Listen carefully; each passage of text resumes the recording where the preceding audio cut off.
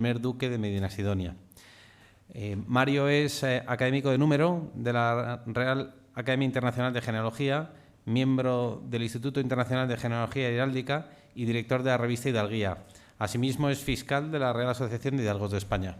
Así que con esta presentación, por favor, Mario, adelante. Gracias.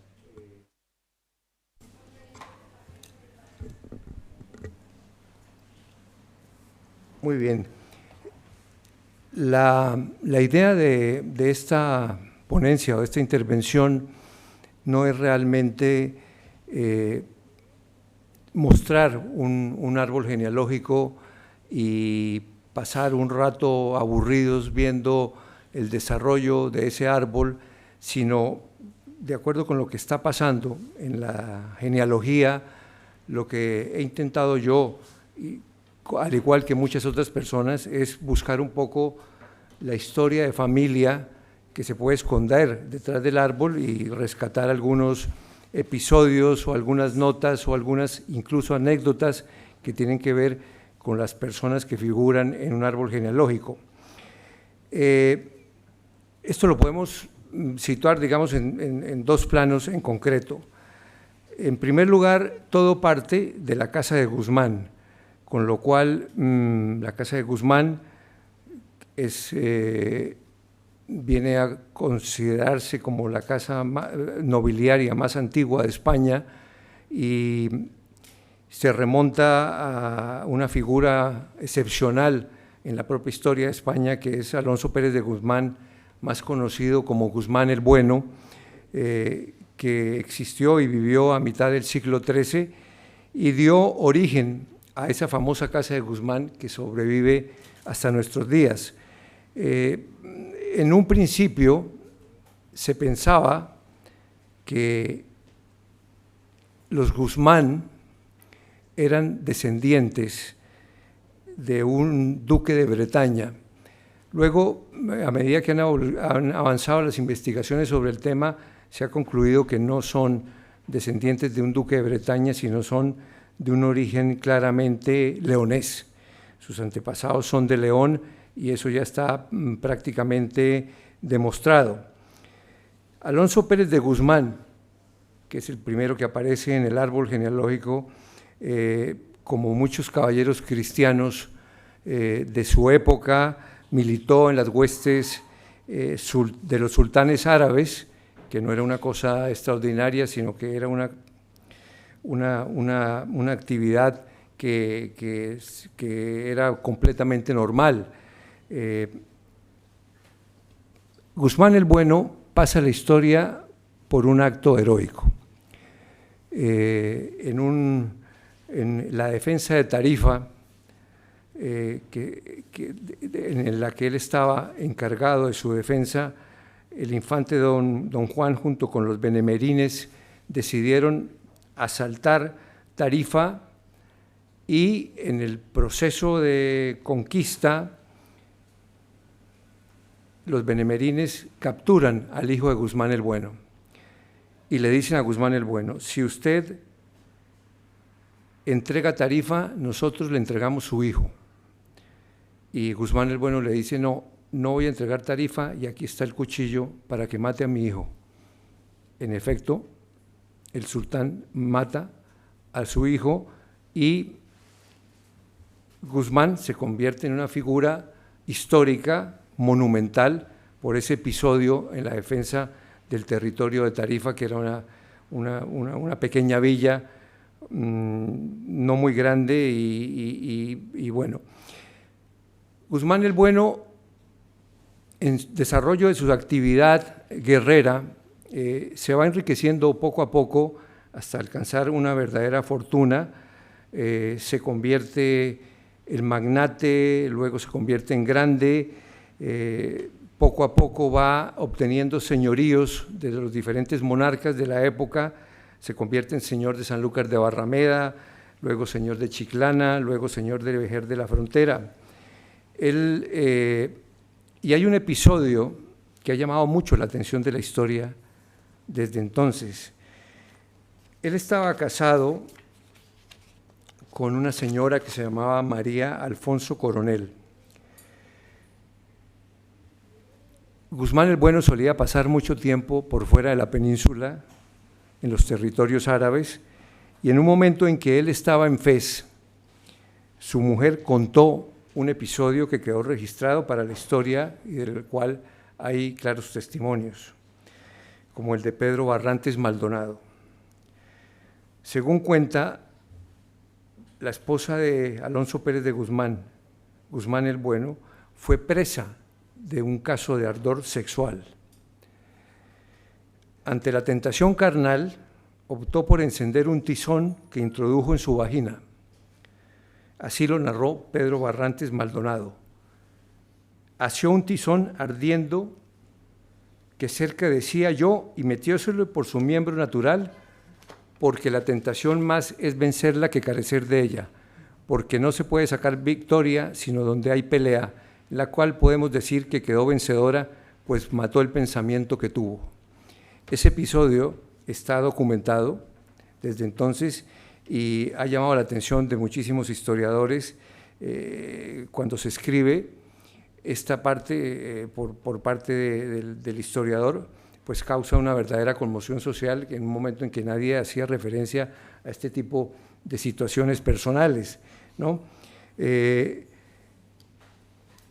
Luego se inicia la sucesión a lo largo del tiempo, le sucede a Guzmán el Bueno Juan Alonso de Guzmán, que amplía y acrecienta la fortuna de la familia. Luego le sucede a Alonso Pérez de Guzmán, que se convierte en el primer conde de Niebla. El condado de Niebla es el primer condado que se concede por un monarca a una persona que no pertenecía a la familia real. Es decir, es el primer condado histórico de España y lo recibe Alonso Pérez de Guzmán. A su vez, Alonso Pérez de Guzmán luego tiene un hijo que es Enrique, que se convierte en el segundo conde de Niebla, como se puede ver ahí, que se casa con Teresa Suárez de Figueroa, perteneciente a una familia muy prestante en esa época en España. A su vez, Enrique con Teresa Suárez de Figueroa tiene un hijo que es Juan de Guzmán, que se casa con la hija del conde de Medinaceli, María de la Cerda, e intenta tomar Gibraltar. El episodio de Gibraltar es muy interesante, porque el fundador de la casa de Guzmán, Guzmán el Bueno, muere cerca de Gibraltar en un intento de tomar Gibraltar. Desde entonces en la familia queda esa sensación de haber fracasado en su intento. Juan de Guzmán, en 1400 y pico, decide intentar la toma de Gibraltar. Cuando está en peligro, se da cuenta de que muchos de sus hombres quieren subirse a la barca en la que él iba y en efectivo, de manera clara, en efecto, le tiende la mano a varios de sus caballeros y la barca se hunde y muere ahogado. Por lo tanto, en su segundo intento de rescatar a Gibraltar, fracasa, y no solo fracasa, sino muere. Juan de Guzmán y Suárez de Figueroa, por su parte, que aparece ahí como el tercer conde, es el tercer conde de Niebla, ya recibe en 1445 el ducado de Macedonia otorgado por Juan II. Se trata nuevamente del primer ducado histórico de España. Es la primera vez que un miembro que no es de la familia real recibe un ducado. Por lo tanto, se trata del ducado quizás más importante que hay en la historia de España y que se conoce como ducado histórico. El duque de Macedonia, el primer duque de Macedonia, era un personaje muy singular, con una ambición territorial impresionante, enfrentado históricamente a la familia Ponce de León, que era otra familia dominante en el sur de España, en Andalucía, y él quería tener el control de muchos territorios en la zona y uno de los poseedores de tierras era un tío suyo, Alfonso de Guzmán, con quien no se entendía muy bien, pero era el hermano de su padre y lo respetó hasta la muerte de él. Cuando muere su padre, decide recuperar las tierras que estaban a su nombre. Él secuestra a su tío, a su mujer y a sus hijas, o sea, a sus primas. Pero no solo comete el secuestro y los encierra en un castillo, sino que se enamora de su prima hermana, que era Urraca de Guzmán, que además era también apellido Figueroa, era prima varias veces. Se enamora y tiene unos hijos, tiene 2 hijos con ella, y la protegió hasta el final de su vida. Sin embargo, el afán que tenía el duque de Macedonia era procrear hijos y tuvo dificultades para hacerlo. Por eso la cantidad de descendientes bastardos que tuvo en su haber durante su vida, y el caso es que él justamente antes de morir decide casarse con una hidalga, hija de un molinero, apellido Meneses, con la que tenía 2 hijos.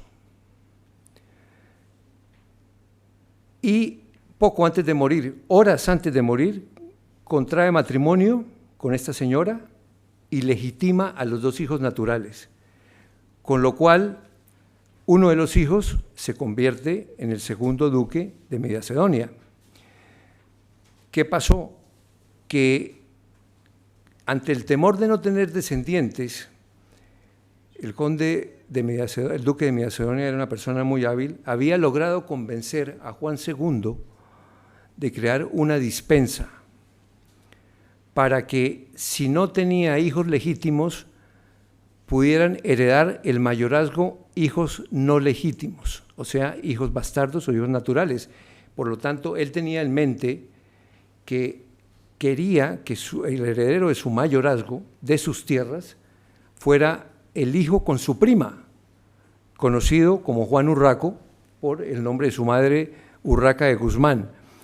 Entonces, si no es porque en el último momento reconoce a sus otros 2 hijos naturales y se casa, realmente el duque de Macedonia había sido Juan Urraco de Guzmán, hijo de Urraca de Guzmán, amante del primer duque de Macedonia.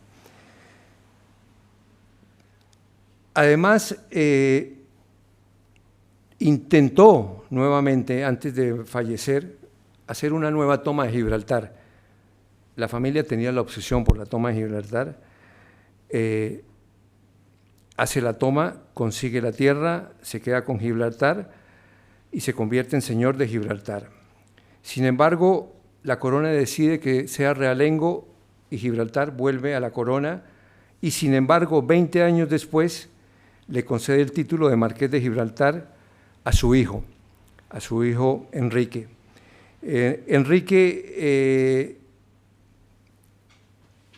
Luego viene ya, digamos, la historia de Juan Urraco. Juan Urraco, su hermano legítimo, queda con la tarea de sacar adelante a sus hermanos naturales, a sus hermanos bastardos.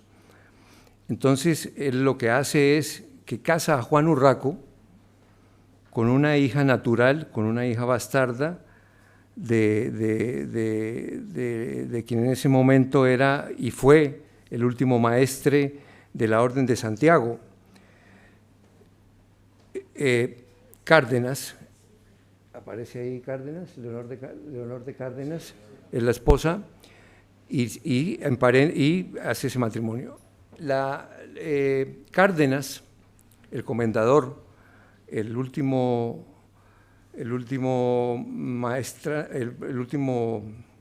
la última figura que tuvo la Orden de Santiago antes de que se disolvieran las órdenes militares, había nacido en Ocaña, Toledo, cerca de Toledo, Entonces, él impulsa que los descendientes de Juan Urraco de Guzmán pasen a Ocaña en Toledo. En efecto, pasan a Ocaña en Toledo y al pasar allí se establece una descendencia y esa descendencia es la que va a ir bajando a lo largo de todos los siguientes Guzmanes hasta que en un momento dado Francisco de Guzmán y Céspedes, que había nacido en Ocaña, pasa a América. Es el que pasa a América, de ahí en adelante todos son americanos. Y rápidamente los Guzmán se establecen en una zona, que es la zona de Antioquia, en la actual Colombia, quizás la zona económicamente más próspera del país, y van haciendo uno a uno de los Guzmán enormes fortunas a través de las encomiendas y a través del negocio de las minas. Muchos de ellos eran mineros y eran encomenderos. La encomienda es una especie de mayorazgo que se implantó con mucho éxito en América y que cubría 3 generaciones, es decir, no era como el mayorazgo que era de manera consecutiva, sino aquí a la 3ª generación se interrumpía la encomienda. Pero ellos logran hacer mucho dinero, controlar las tierras, un dominio patrimonial y económico de la región, hasta que Francisco de Guzmán y Miranda tiene varios hijos, entre ellos a Ana de Guzmán y Céspedes, que contrae matrimonio con Juan Jaramillo de Andrade. Los Jaramillo de Andrade, por su parte, también habían hecho una enorme fortuna, con lo cual Ana de Guzmán y Céspedes, gracias a Francisco de Guzmán y Miranda, crea la alianza matrimonial entre los Guzmán y los Jaramillo de Andrade, que va a figurar en la persona de Alonso Jaramillo de Andrade y Guzmán. ¿Qué ocurre? Que ese matrimonio produce un enriquecimiento, multiplica el enriquecimiento familiar, pero lo interesante de todo esto es que estas familias, todas ellas, y a partir de esas alianzas matrimoniales, reproducen casi calcadamente la situación de los Guzmán en Andalucía. Los mismos tipos de alianzas, la conciencia nobiliaria, los escudos de armas, la expansión de la familia territorialmente, y como los Guzmán españoles, hubo en los Guzmán españoles más hijos bastardos que legítimos. Los Guzmán en Colombia no llegan a tanto, pero llegan a tener muchos hijos naturales por fuera, hijos por fuera del matrimonio. Pero lo interesante es cómo se reproduce el modelo ascendístico de Andalucía en Colombia. Por ejemplo, en parte una manera de mostrar el poderío que se tenía era a través de la posesión de esclavos negros. Un esclavo negro costaba 300 pesos oro y doña Ana de Guzmán tuvo cerca de 25 esclavos negros a su servicio en su casa. Unos trabajaban con su esposo, Juan Jaramillo de Andrade, y otras, sobre todo las esclavas negras, estaban al servicio para que tengan una idea, un conjunto de joyas. El esclavo costaba 300 pesos en oro. Un conjunto de joyas que podrían caber en un espacio como de la mitad de la sala hacia acá, todo joyas en oro, acá, costaban 390 pesos oro. Eso es para que entiendan el valor del esclavo negro, que además era una persona muy solicitada porque esa zona tenía escasez de indígenas y la mano de obra que necesitaban eran esclavos negros. esclavos negros que trabajaban en las haciendas, trabajaban en el campo, pero que también trabajaban en las minas de los cuales ellos eran propietarios. Como conclusión, a mí me interesa concluir porque yo creo que ahí es donde podemos saber exactamente qué es lo que hemos visto a través de un árbol genealógico, qué es lo que enseña un árbol genealógico, qué muestra el árbol genealógico desde el punto de vista de la historia de familia. El árbol genealógico da cuenta de un caso de ascenso social, político y económico que en España llevó a los Guzmán a ocupar el lugar más elevado de la sociedad estamental, primero como ricos hombres, después como grandes. La Casa de Guzmán entró en la Edad Moderna con el más amplio ejercicio de poder territorial y patrimonial existente en España. Si bien la consideración patrimonial y política aseguró a los miembros de la Casa de Guzmán un lugar prominente, primero obtener el título de conde de Niebla y luego el de duque de Macedonia, su origen es esencialmente hidalgo, que es lo que importa. La nobleza de sangre es anterior en el tiempo a las mercedes reales. Por lo tanto, a veces sorprende hoy, en los tiempos actuales, cuando muchos descendientes de las casas que obtuvieron títulos desconocen que su origen remoto es la calidad de hidalgo y que luego, que fue posterior en el tiempo, obtuvieron mercedes nobiliarias. Prueba de esto es que sus descendientes en el nuevo Reino de Granada, en Colombia actual, a pesar de la notoriedad del linaje de los Guzmán, todos debieron demostrar su hidalguía ante las autoridades de la corona. Algo que aquí era hidalguía notoria, los obligaba en América a probar que eran realmente hidalgos, con lo cual también demuestra cómo la corona tenía sumo cuidado en preservar el concepto del hidalgo y la nobleza de sangre.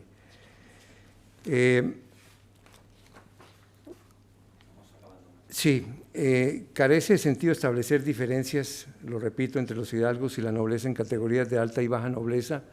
Siempre fueron considerados todos ellos como hidalgos, simplemente fueron sin duda los de aquí, los que pasaron a América, no fueron tan ricos como los Guzmán en la península, pero tampoco concibieron tantos hijos por fuera del matrimonio.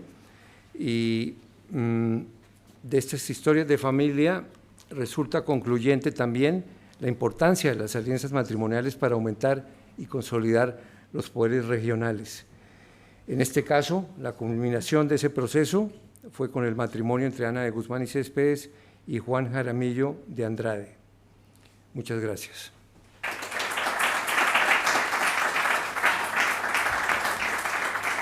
Muchas gracias, Mario. Yo tengo dos preguntas. En este árbol que nos vas poniendo los distintos matrimonios, llegamos a Alonso Jaramillo y no nos pones a la mujer.